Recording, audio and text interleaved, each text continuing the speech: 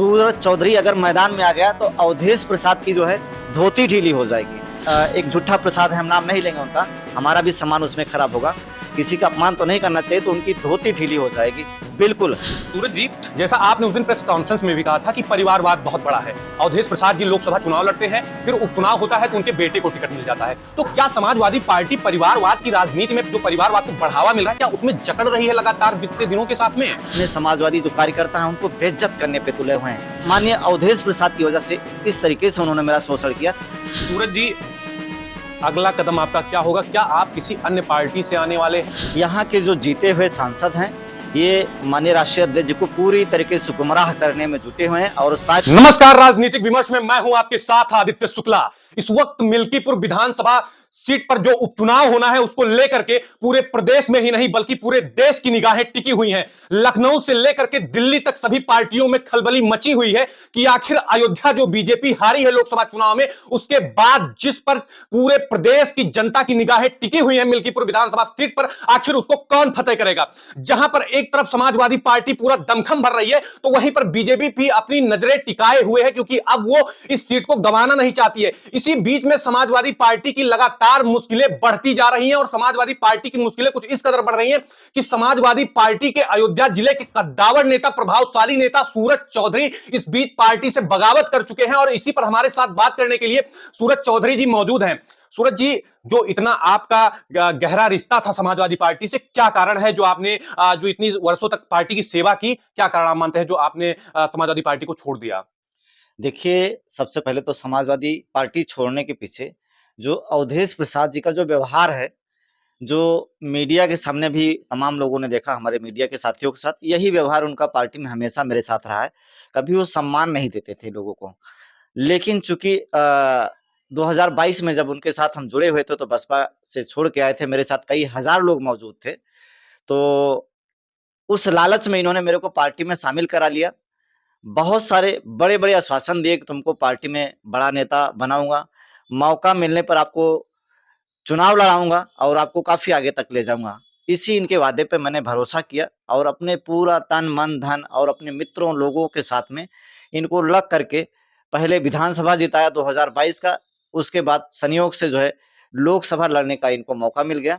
उस दौरान जो है मैं फिर इनके साथ लगा रहा और इस दौरान इनसे मैंने कई बारी पूछा कि आपने कहा था कि आपको मौका मिलेगा तो चुनाव लड़ाऊँगा। तो मैंने इनसे पूछा कि यदि आप मान्य जी अगर आपको आप सांसद बन जा रहे हैं तो आप सीट खाली हो जाएगी आपकी, तो क्या आप चुनाव लड़ने का मुझे मौका देंगे? तो इन्होंने बहुत बारी आश्वासन दिया, कई तरीके का आश्वासन दिया कि आपको तैयारी करके रखना है।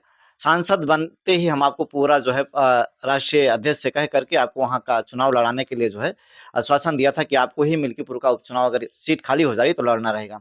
इनके साथ लगे रहे, लेकिन जब ये चुनाव जीत गए, उसके दूसरे तीसरे दिन हम इनके पास आशीर्वाद लेने के लिए गए कि मंत्री जी आपने कहा था अब चुनाव हमको लड़ाइए।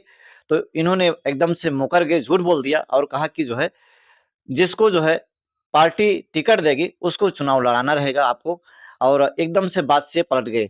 जिससे निराश से, लेकिन अभी करीब जो है लंबे समय से इनके साथ आशा में जुड़े रहे, लेकिन आखिरी में जाकर के इन्होंने अपने लड़के अजीत प्रसाद, जिसका राजनीति से कोई लेना-देना नहीं है, मिल्कीपुर की जनता के साथ कोई जुड़ाव नहीं है, उसको टिकट दिला दिया। तो इसी बात को लेकर के मैंने अपनी बातें जो है शीर्ष नेतृत्व के सामने रखी, लेकिन इन्होंने परिवारवाद को आगे बढ़ाते हुए पार्टी हित में काम नहीं किया। तमाम जो चुनाव लोकसभा के हारे हुए हैं उसको भी नोटिस नहीं किया और अपने लड़के को टिकट दिला दिया। मेरी कहीं सुनवाई नहीं है और ना ही ये हम लोगों का ना हमारा ना हमारे कार्यकर्ताओं का सम्मान करते हैं। इसीलिए 2 दिन पहले मैंने जो है अपना जो पद इनकी तरफ से दिलाया गया था प्रदेश सचिव का समाजवादी पार्टी में पिछला वर्ग प्रकोष्ठ में, उससे जो है इस्तीफा दे दिया। सूरज जी, जैसा आपने उस दिन प्रेस कॉन्फ्रेंस में भी कहा था कि परिवारवाद बहुत बड़ा है। अवधेश प्रसाद जी लोकसभा चुनाव लड़ते हैं, फिर उपचुनाव होता है तो उनके बेटे को टिकट मिल जाता है। तो क्या समाजवादी पार्टी परिवारवाद की राजनीति में जो परिवारवाद को बढ़ावा मिल रहा है, क्या उसमें जकड़ रही है लगातार बीतते दिनों के साथ में? देखिए, जिस हिसाब से बीते उपचुनाव जो 9 सीटें हुए, उपचुनाव में 9 सीटों का चुनाव हुआ है, 7 सीटों पे हार गए हैं और जो युवा या फिर समाजवादी कार्यकर्ता इनके साथ लग करके रात-दिन इनको चुनाव लड़ाया, उसको किनारे कर दिया गया और ये सांसद लोग इस मद में चूर हो गए कि वो चुनाव उन्होंने खुद लड़ा हुआ है और अपने समाजवादी जो कार्यकर्ता हैं उनको बेइज्जत करने पे तुले हुए हैं। मतलब इनका यही सम्मान वो पूछते हैं कि एक आम आदमी का, समाजवादी कार्यकर्ता का मंत्री या सांसद जिनको बना दिया कार्यकर्ताओं ने, उनके सामने उनका स्टेटस क्या है? सरेआम वो मीडिया के सामने बेइज्जत करते हैं। तो ये सम्मान कहीं न कहीं जो इतना अपमानित होकर के किसी दल में रहना मुझे बेइज्जती महसूस हुआ और अपने समाजवादी जो साथी हैं वहाँ अभी जो बने हुए हैं, उनको भी मैं कहना चाहूँगा कि माननीय अवधेश प्रसाद जी की निगाह में अगर आप टिकट-उकट माँगोगे, तो यही सम्मान होगा। आपका भी स्टेटस पूछा जाएगा कि तुम्हारा स्टेटस क्या है? अगर अपना स्टेटस देख लीजिएगा, तभी समाजवादी कार्यकर्ता के रूप में आप लग करके काम करिएगा। ज़रूर आपसे अगर आप टिकट-उकट माँगेंगे किसी के बदले में और आपने कहीं अपनी बात रखी, तो स्टेटस ज़रूर पूछा जाएगा, आपको बदनाम किया जाएगा। सूरज जी, आप भी पिछड़े समाज से आते हैं, पिछड़े और दलित का जो है नेतृत्व करते हैं अयोध्या जिले में, बढ़ चढ़ करके उनके जो भूमिका होती है उसमें भाग लेते हैं। तो क्या ये माना जाए, जो आपकी बातों से स्पष्ट हो रहा है, कि समाजवादी पार्टी में और जो अयोध्या लोकसभा क्षेत्र के सांसद बने हैं नए-नए, क्या ये और इनकी पार्टी में दलितों, पिछड़ों की अनदेखी की जा रही है? यहाँ के जो जीते हुए सांसद हैं, ये माननीय राष्ट्रीय अध्यक्ष जी को पूरी तरीके से गुमराह करने में जुटे हुए हैं और सारी सीटें इसी तरीके से हार रहे हैं। हारने के बाद भी सबक लेकर के कोई काम नहीं करना चाह रहे हैं। अवधेश प्रसाद जी जैसे सांसद समाजवादी को जो है पीडीए के नारे को एकदम झुठलाने पे तुले हुए हैं। वो अपने परिवार को आगे बढ़ाने के लिए आगे लगे हुए हैं। वो चाहते हैं कि राजा का लड़का ही राजा बने, तो ये कहीं न कहीं पूरे मिल्कीपुर एवं प्रदेश की जनता को एकदम गुमराह कर रहे हैं और यही सब रहा तो 27 का सपना जो माननीय समाजवादी हमारे जो साथी हैं देखते हैं, तो उनका वो सपना कभी पूरा होने वाला नहीं है। आपने कहा अवधेश जी जो है ये चाहते हैं कि राजा का बेटा राजा बने, लेकिन अवधेश जी तो कहते हैं कि हम पीडीए की बात करते हैं, पिछड़ा दलित अल्पसंख्यक की बात करते हैं, सर्व समाज को साथ लेकर के चलते हैं। उनका ये कहना है। टिकटों के बंटवारे में जिस हिसाब से सांसदों ने अपने-अपने घर परिवार, अपने पुत्रों को, अपनी बीवी को, जिनका राजनीति से कोई लेना-देना नहीं और समाजवादी को बैकफुट पे ले आए, तो ये पीडीए का जो मामला है कहीं न कहीं वो मुझे तो पूरी तरीके से झूठा लगने लगा एकदम से। यहाँ पे परिवारवादी जो चीज़ें हैं, नीतियाँ हैं इनकी हावी होती जा रही हैं और इसीलिए जो है हम लोग का उस पार्टी में कोई सम्मान नहीं रहेगा। ख़ास करके दलित समाज के लोगों का तो मुझे नहीं सम्मान नज़र आ रहा है। आप उस दिन भी मैंने देखा, आप मिल्कीपुर के जो विधानसभा क्षेत्र के दलित हैं, पिछड़े हैं, लगातार आप उनके हितों की बात कर रहे हैं। क्या करने वाले हैं आप? अगला कदम आपका क्या होगा? मिल्कीपुर विधानसभा जो क्षेत्र के दलित हैं, पिछड़े हैं या जो अगड़ा समाज है, मिल्कीपुर के लिए आप क्या करने वाले हैं और आपका अगला कदम क्या होगा राजनीति में? जनता पूरी तरीके से निगाहें लगाए हुए बैठी है कि जो समाजवादी पार्टी के कद्दावर नेता थे, प्रभावशाली नेता थे, वो आखिर समाजवादी पार्टी छोड़ने के बाद में उनका अगला कदम क्या होने वाला है?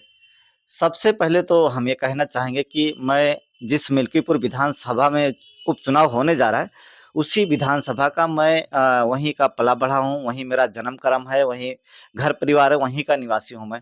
तो जितना मैं मिल्कीपुर को समझता हूँ, बाहर से जाने वाले लोग रिश्तेदारी निभा करके भले यहाँ लोगों का शोषण कर लें, तीसरा कोई समझ नहीं सकता है।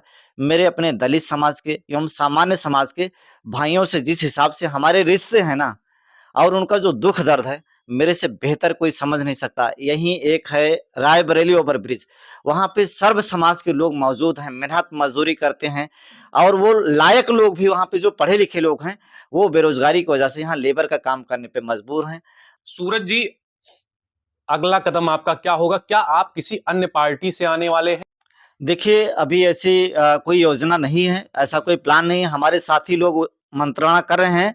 कई लोगों के सुझाव निकल के आए हैं कि आप भीम आर्मी से चुनाव लड़ लीजिए और आपको बीएसपी का चुनाव ना लड़ने का सीधा फ़ायदा मिलेगा और आपको चुनाव ज़रूर लड़ना चाहिए। लेकिन माननीय अवधेश प्रसाद की वजह से इस तरीके से उन्होंने मेरा शोषण किया, मेरा दिल टूट चुका है। लेकिन लोग कह रहे हैं कि भीम आर्मी से चुनाव लड़ोगे और जो 15 साल तक आपने लोगों के बीच में काम किया है, उसका आशीर्वाद आपको ज़रूर मिलेगा। मतलब माना जाए कि सूरज चौधरी जी जो है मैदान में आ सकते हैं मिल्कीपुर उपचुनाव के।